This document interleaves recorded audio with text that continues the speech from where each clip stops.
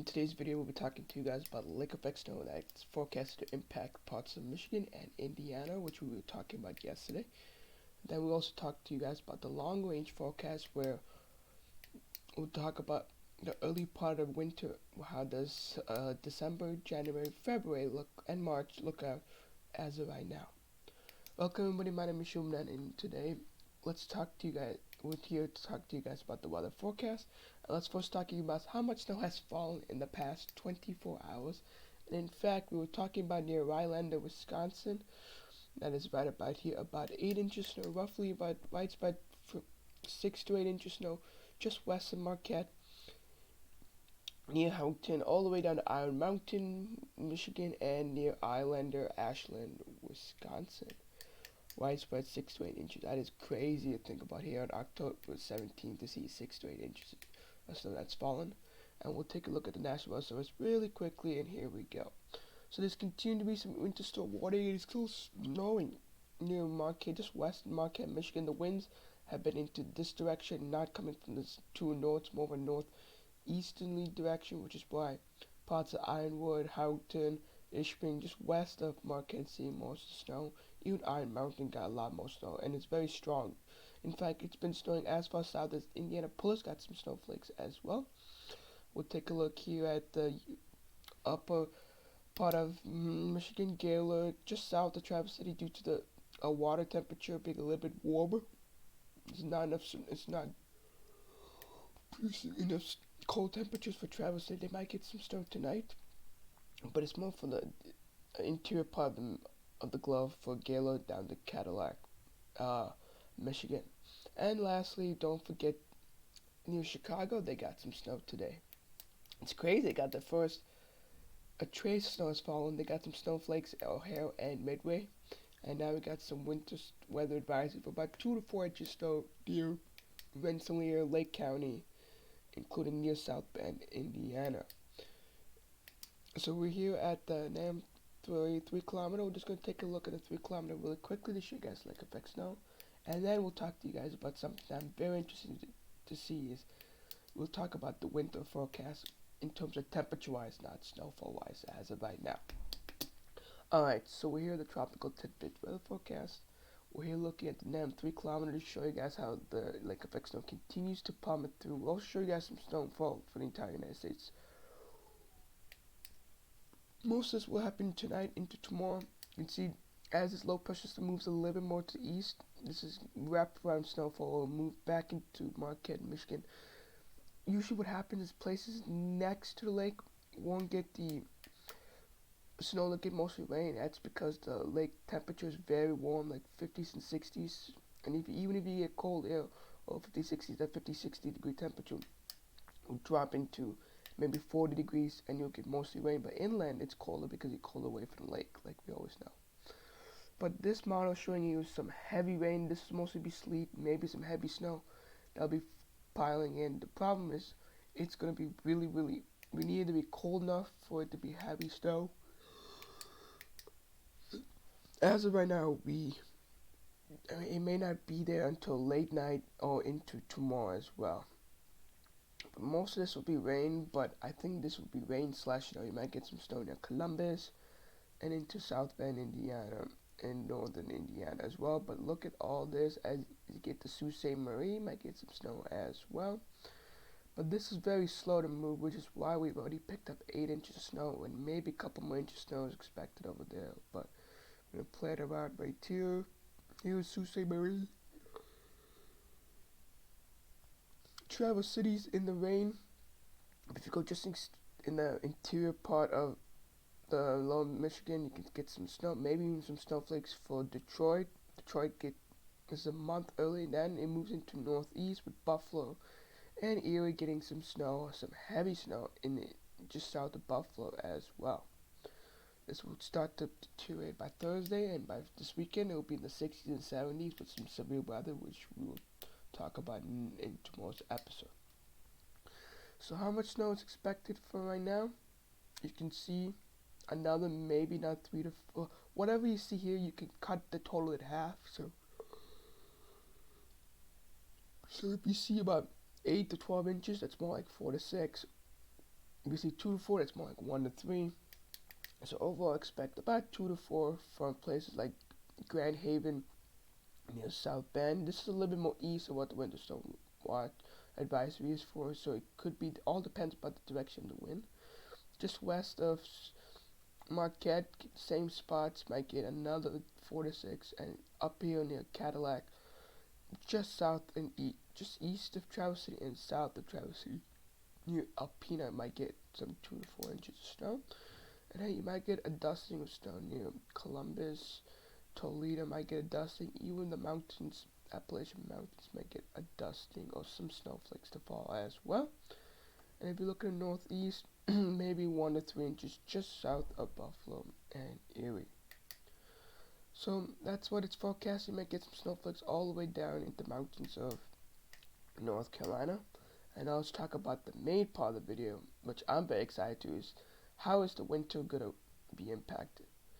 So first we'll talk about, so first, before we talk about temperature-wise, let's just go to the North America and talk about how much snow is Canada's looking for. So what are we looking for temperature-wise for now is we want to see a nice, healthy snowpack for southern Canada. Here are some provinces. You got British Columbia, you got Saskatchewan, and Manitoba, and Ontario. We're looking more for, Alberta. So you got British Columbia, Alberta, Saskatchewan, and Manitoba. We're looking mostly for Alberta and Saskatchewan. Maybe a little bit in Manitoba, but mostly for southern parts of these states to be full of snow.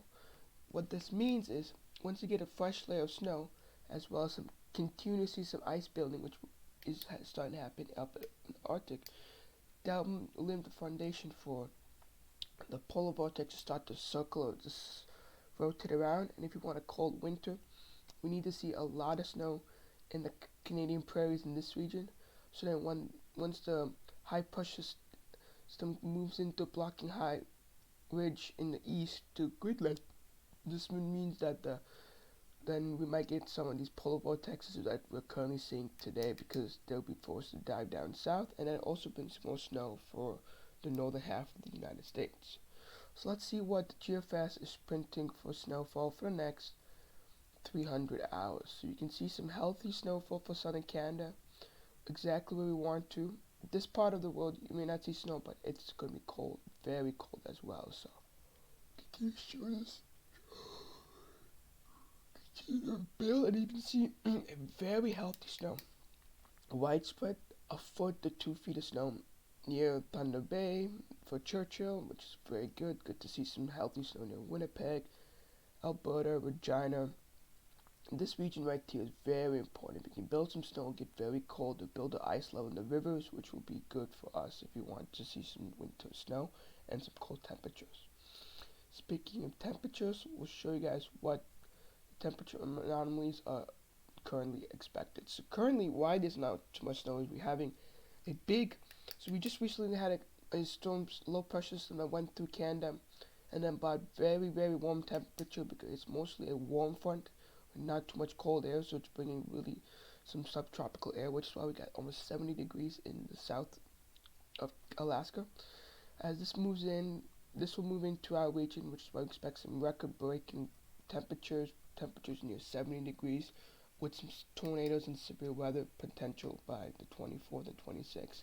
But once this moves away, you can start to see that we're getting some cold air forming near the Arctic regions, and that continues to form in moving south. Most of the Arctic regions is about average or slightly above average. That's okay, because they're still building ice. What we need to see is below average for most of Western Canada, from Winnipeg down to Calgary, which is what we're getting. And this will bring some cold air even into the United States, which is why end of October could be a very cold month. And even though we're getting some warm, as you can see right here, we're getting some warm temperatures out in Greenland. It's just causing all these cold air, just the polar vortex, bits and pieces of the polar vortex to move down, because you get warm temperatures here, it's forced to ride down and not move to the east because it's getting blocked. And as it gets blocked, you're getting some more cold air that'll be formed back in the Arctic region. That will move its way back to the south and to the east, and this pattern system is going to look like to continue for much of November. However, November in the United States and most of Canada could be a little bit warm, but that's okay because we're looking more into January, February, and March. So let's see what the Climate Prediction Center is forecasting for the winter season. So we're here at the Climate Prediction Center 3-month outlook. This is for January to March, and as you can see, they're expecting cold for the north and warm to the east. This is due to the Greenland ridge, which is forecast to be pretty prominent during the season, and we expect some cold shots from the north because we talked about snowpacks already starting to build in this region. Some ice starting to build up north. It's going to be mostly average, slightly above average with some below averages. So ice will continue to build. It's going to move it to the east, and then it's going to impact the United States. As a result, we have about a 60% chance of below average temperatures for Minnesota, and a 50% chance, if not more, 50 to 60% chance for Iowa, Wisconsin, and the north, and then equal chances. I think this will be shifted a little bit more east during the next few runs, as we'll see. However, in the east, expect some warm temperatures out east, really warm out east, really warm down the southwest, which is not good.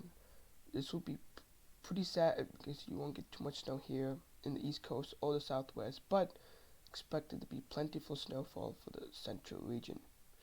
One more thing before we go, we'll take the long range ones, we'll take weekly, and we'll look at monthly first to show you guys what the monthly forecast temperature wise is expected.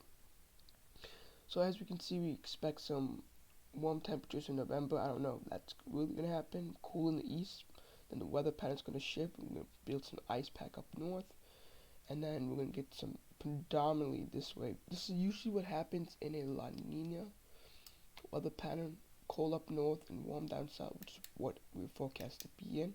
We've been in El Nino the past few winters, which has been completely opposite. And now we get to finally see some colder temperatures up north, which is interesting to see for some time, and hopefully that can bring in some more snow. So as you can see, get some more cold temperatures for the northwest and for Alaska before it comes back in for March. So I expect for northern half of the United States, from pretty much from St. Louis northward, the Great Plains and northern half of the United States to be very cold this winter, and the coasts to be pretty warm, and the southeast and the southwest to be pretty warm. What does that mean for snow? We'll have to wait and see. All we gotta do is monitor Canada to see how their snowpack is, because that will affect us.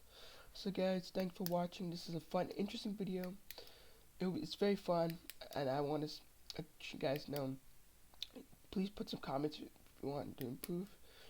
I'll catch you guys for another video. Hit the like button, subscribe, and I'll see you for another video. Thanks for watching.